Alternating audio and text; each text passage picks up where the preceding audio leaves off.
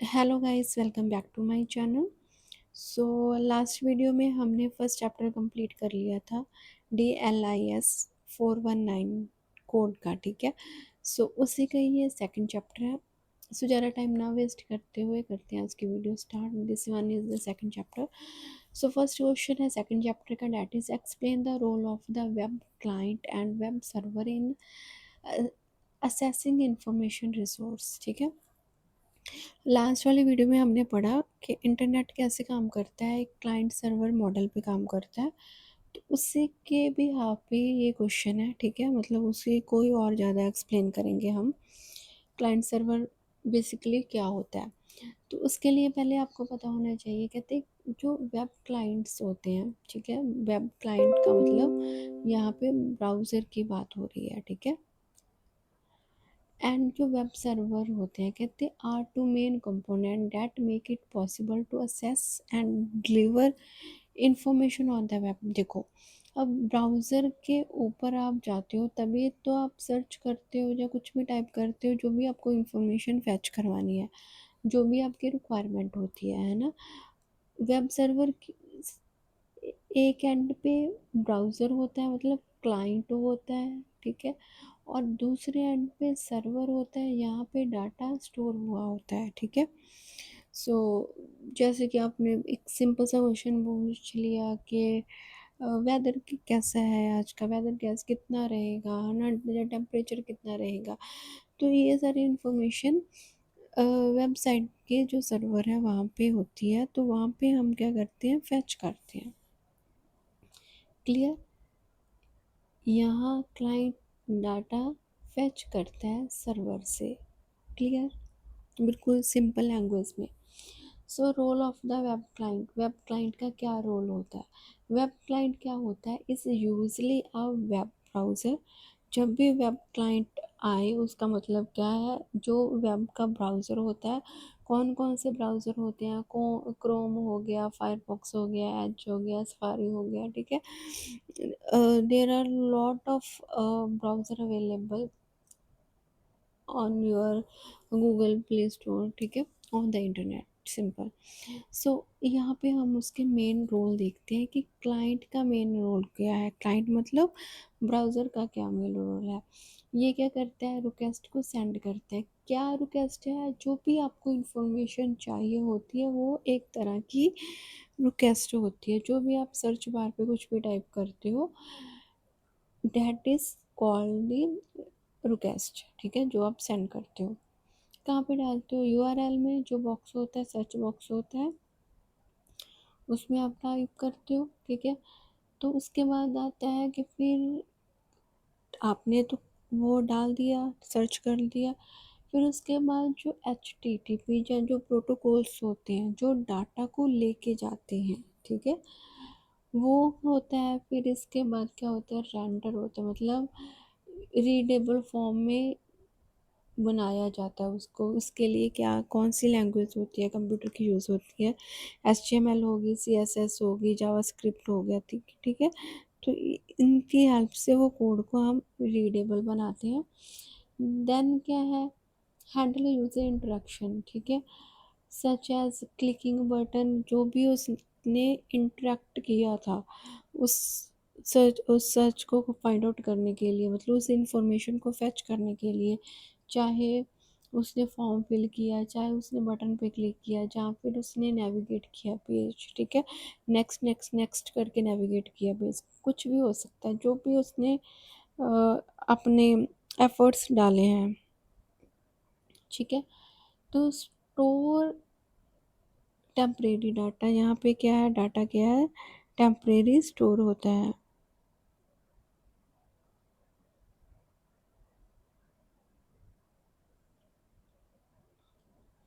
Role of the web server. ठीक है, अब ये वेब सर्वर की बात हो रही है, डैट मीन्स कि क्लाइंट सर्वर, वो क्लाइंट था, ये सर्वर है। सर्वर क्या होता है, एक तरह का सिस्टम होता है जो दोनों का कॉम्बिनेशन होता है, हार्डवेयर का भी एंड सॉफ्टवेयर का भी। यहाँ पे डाटा स्टोर होता है, प्रोसेस होता है, डिलीवर करते हैं हम। मेन रोल क्या होता है,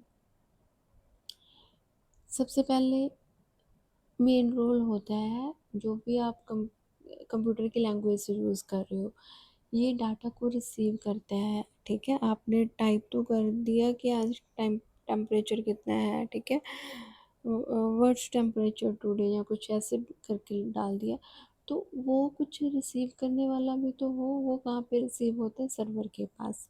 रिक्वेस्ट को रिसीव करता है, देन उसको प्रोसेस करता है, डाटा को रिट्रीव करता है, फेच करता है, फिर उसके अकॉर्डिंग रिस्पॉन्स को क्या है, सेंड करता है। ठीक है, मैनेज मल्टीपल यूज़र रिक्वेस्ट सिमुटेनियसली, एक ही टाइप पे हम नंबर ऑफ स्टूडेंट है जो एग्जाम्स के लिए अभी सर्च कर रहे होंगे, मैराथन ट्यूटोरियल, है ना, कि शॉर्टकट्स मिल जाए हमें। ठीक है, तो ये सारी चीज़ें वो सर्वर मैनेज करता है। So how they work together, कैसे काम करते हैं, तो ये ऐसे काम करते हैं जो हमने लास्ट में अभी पढ़ा। ठीक है, वही है। इन शॉर्ट, जो क्लाइंट है वो रिक्वेस्ट भेजता है, सेंड करता है, और सर्वर क्या है, रिक्वेस्ट को एक्सेप्ट करता है और उसके अकॉर्डिंग यूज़र को डाटा दे देता है। अब देन सेकंड क्वेश्चन है हमारा, difference between the client side and server side web technologies. Web technology client side पे क्या कौन सी यूज़ होती है और सर्वर साइड पे क्या यूज़ होता है। क्लाइंट सर्वर, मैंने अभी आपको बताया कि जब भी क्लाइंट का वर्ड आए तो हम ब्राउज़र की बात करते हैं, है ना। तो यहाँ पे क्या है, इसका रोल क्या होता है, हैंडल करता है यूज़र इंटरफेस मतलब यूआई को, कि कौन कैसे डाटा को आप फिल कर रहे हो, कैसे रिक्वेस्ट आप फिल कर रहे हो। कोई आपके पास एप्लीकेशन फॉर्म है, जहाँ फिर आपके पास चेक बॉक्स बने हुए हैं, आपने वो वहाँ पे चेक करना है। ठीक है, मतलब ग्राफ कैसा है ये, जहाँ पे क्लाइंट इसको हैंडल करता है, पेज के साथ उस वो इंटरेक्टिव होता है। ठीक है, response quickly to use the action without containing the server every time. ठीक है, ठीक है, तो improve your experience, user experience. ठीक है, अब ये देखो, ये सिर्फ क्लाइंट साइड पे होता है। कौन कौन सी हम चीज़ें यूज़ करते हैं, जावास्क्रिप्ट हो सकता है, एचटीएमएल हो सकता है, सीएसएस, ये सारी की सारी कंप्यूटर की लैंग्वेज है जो फ्रंट एंड पे यूज़ होती है। ठीक है, नेक्स्ट है सर्वर साइड पे। सर्वर साइड पे जहाँ पे रिक्वेस्ट एक्सेप्ट होती है और इंफॉर्मेशन वहाँ से दी जाती है। इसका क्या मतलब होता है, ये इसका क्या काम होता है, जो यूज़र ने रिक्वेस्ट भेजी उसको प्रोसेस करना, हैंडल करना, जो भी लॉगिन है या पेमेंट उसने की है या जो भी कुछ उसने डाटा को प्रोसेस किया वो सब कुछ असेस करना। इसका काम क्या है, डाटा बेस जो होता है उसको मैनेज करना। ठीक है, ये सारी चीज़ें इसमें होती हैं।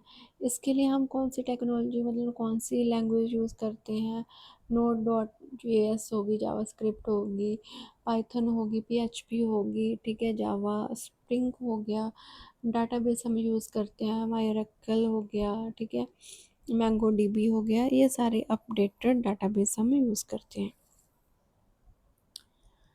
नेक्स्ट की फीचर सेम वही चीज़ है जो अभी तक हमने पढ़ी है। ठीक है, नेक्स्ट क्वेश्चन करते हैं। सो मोटिव हमारा यही रहेगा कि मैक्सिमम क्वेश्चंस हम कवर कर सकें।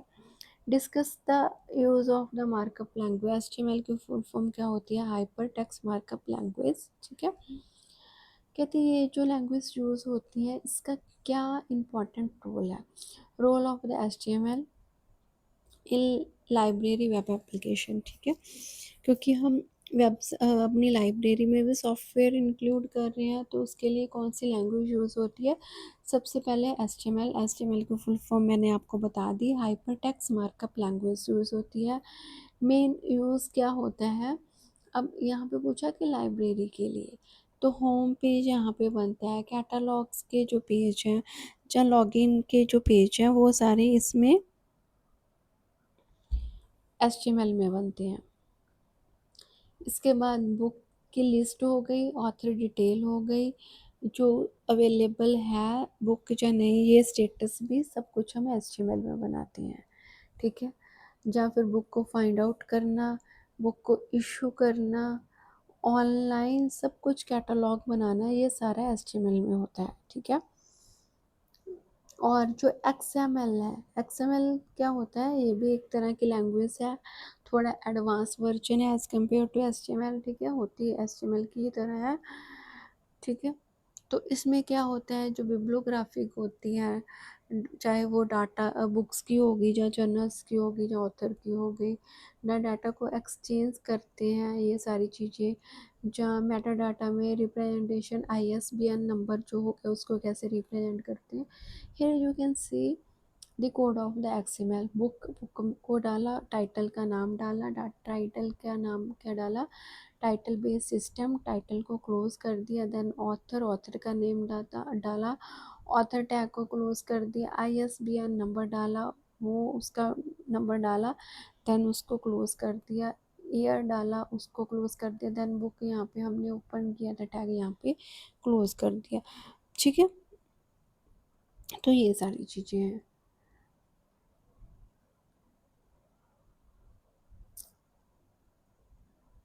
अब दोनों कैसे काम करती हैं, जो एक्स एम एल होता है ये डाटा को स्टोर एंड ट्रांसफ़र करने का काम करता है, ठीक है। और जो एच टी एम एल होती है वो क्या है, लैंग्वेज यूज़ होती है रिप्रेजेंटेशन के लिए, अट्रैक्टिव बनाने के लिए, ठीक है। तो ये दोनों मिलके पूरे के पूरे एक सॉफ्टवेयर तैयार कर लेती हैं, किसके लिए, लाइब्रेरी के लिए, क्लियर। सो हमारा फोर्थ क्वेश्चन है, तो describe the major web protocols, ठीक है, जो प्रोटोकॉल यूज़ होते हैं वो उसके ऊपर क्वेश्चंस बनाना है आपने। तो एच टी पी की फुल फॉर्म क्या होती है, हाइपर टेक्स्ट ट्रांसफ़र प्रोटोकॉल। जो टेक्स्ट आपने टाइप किया उसको एक जगह से दूसरी जगह पे ट्रांसफ़र करने का काम किसका होता है, एच टी, मतलब है तो सारे प्रोटोकॉल, ठीक है। तो बेसिकली देखते हैं कि इसका कैसे रोल होता है, ये डाटा ट्रांसफ़र करता है, जैसे कि मैंने बताया आपको। इसका काम क्या होता है, जो रिक्वेस्ट भेजी है, ठीक है, रिक्वेस्ट और रिस्पॉन्स मॉडल तक तो ये काम करता है, ठीक है। तो ये सारी चीज़ें हैं।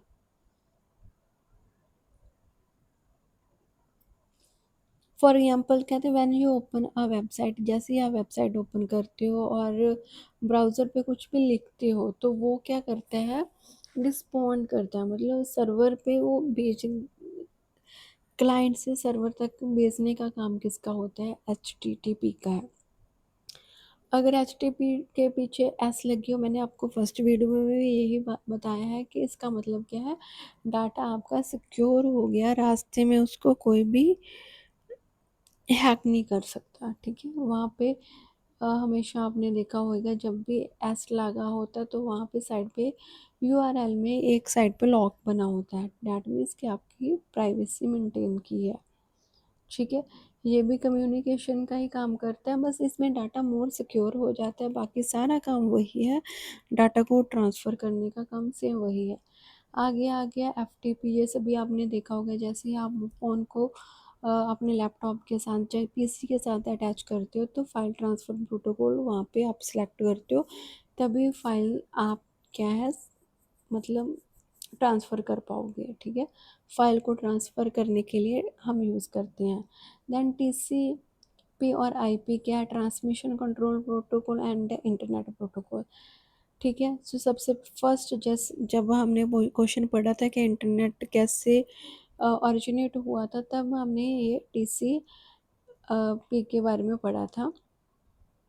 इसमें क्या होता है कि डाटा को क्या करते हैं, ये ब्रेक करते हैं इनटू द पैकेज फॉर्म, छोटे छोटे पैकेज में डाटा को ट्रांसफ़र कर देते हैं। इससे क्या होएगा, डाटा ट्रांसफ़र की स्पीड क्या है, थोड़ी फास्ट हो जाती है ना। तो जो भी पैकेज का जहाँ पे हमने डिलीवर करना है उसका जो डेस्टिनेशन होता है वो करेक्ट डेस्टिनेशन पे जाता है, क्योंकि डाटा कहीं पे करप्ट नहीं होता, क्योंकि ऑलरेडी स्मॉल स्मॉल पार्ट में वो भेज रखा है हमने, ठीक है।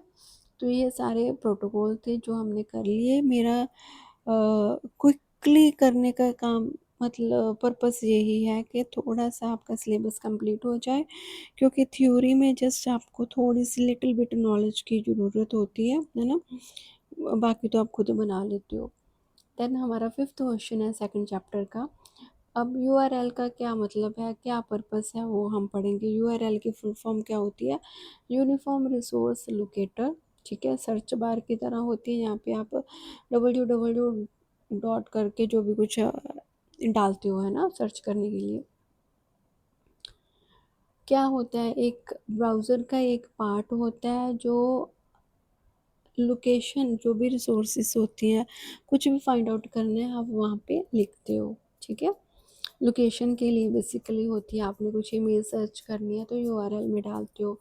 कुछ भी इंफॉर्मेशन चाहिए, कुछ वीडियो चाहिए, सर्च बार पे अब आपको एलपीयू के रिगार्डिंग कंटेंट चाहिए होगा तो आप ऐसे लिखते हो, जो भी कोड का आपका अब एग्ज़ाम होएगा वो कोड लिख के आप सर्च मारते हो। ठीक है, तो कहाँ पे लिखते हो? यूआरएल में लिखते हो। ठीक है, क्लियर? यूआरएल क्या होता है? बेसिकली एक टर्म यूज़ होती है किस लिए? इंटरनेट के ऊपर डाटा को, मतलब डाटा की लोकेशन के लिए। क्लियर? एक होता है यूआरएल होता है, एक होता है यूआरआई। यूआरआई की फुल फॉर्म क्या होती है? Uniform resource identifier. वो लोकेशन का काम करता है, ये आइडेंटिफाई करने का काम करता है। आइडेंटिफाई मतलब जिसमें नाम आ जाता है, लोकेशन आ जाती है, या फिर दोनों आ सकते हैं। ठीक है, क्लियर? हर एक यूआरएल यूआरआई हो सकता है, बट हर एक यूआरआई यूआरएल नहीं हो सकता। क्यों? क्योंकि यूआरएल हमें बताता है कि जो सोर्स की लोकेशन कैस क्या है और उसको कैसे असेस करना है। यूआरआई क्या करता है? ये हमें एक आइडेंटिफायर का काम करता है, जिसमें हमें पता चलता है कि जो लोकेशन की डिटेल है वो इंक्लूड है या नहीं है। ठीक है, क्लियर? आप ये कह सकते हो कि यूआरएल मेन है, यूआरएल का एक छोटा सा पार्ट है यूआरआई, जो हमें लोकेशन के बारे में बताता है कि यूआरआई यूआरएल का एक तरह का सबसेट है। मैथ में आपने पढ़ा होगा ना, सुपरसेट, सबसेट, तो ये सारी चीज़ें। तो नेक्स्ट हमारा क्वेश्चन है domain name service, DNS short form याद रखने ना। डोमेन नेम सर्विस के बारे में हमने बताना है। सबसे पहले आपको पता होना चाहिए डोमेन नेम सर्विस क्या होती है। डोमेन नेम सर्विस क्या होती है? एक ह्यूमन फ्रेंडली एक वेबसाइट है। ठीक है, जो जो भी नेम ह्यूमन ने दिया होता है इनटू मशीन के जो रीडेबल आईपी एड्रेस होता है उसके लिए वो यूज़ होती है। ठीक है, अब देखो एग्जांपल दी, कहते हैं computer on the internet identify each other using. अब आईपी एड्रेस यूज़ करते हैं, आईपी एड्रेस मतलब इंटरनेट प्रोटोकॉल यूज़ करते हैं।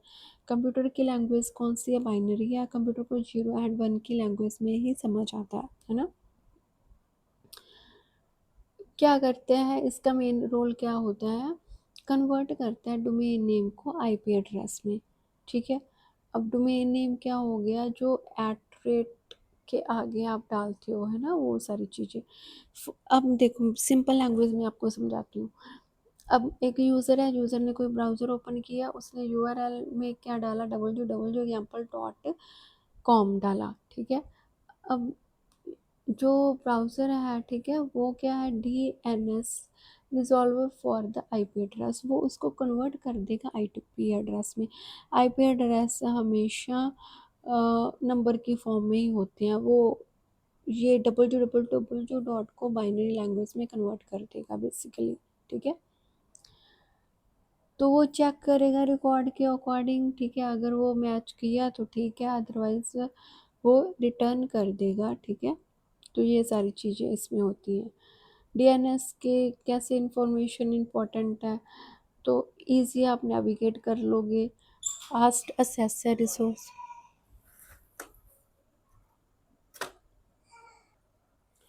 ठीक है, इंटरनेट के थ्रू आप कर सकते हो, रिलायबल है। ठीक है,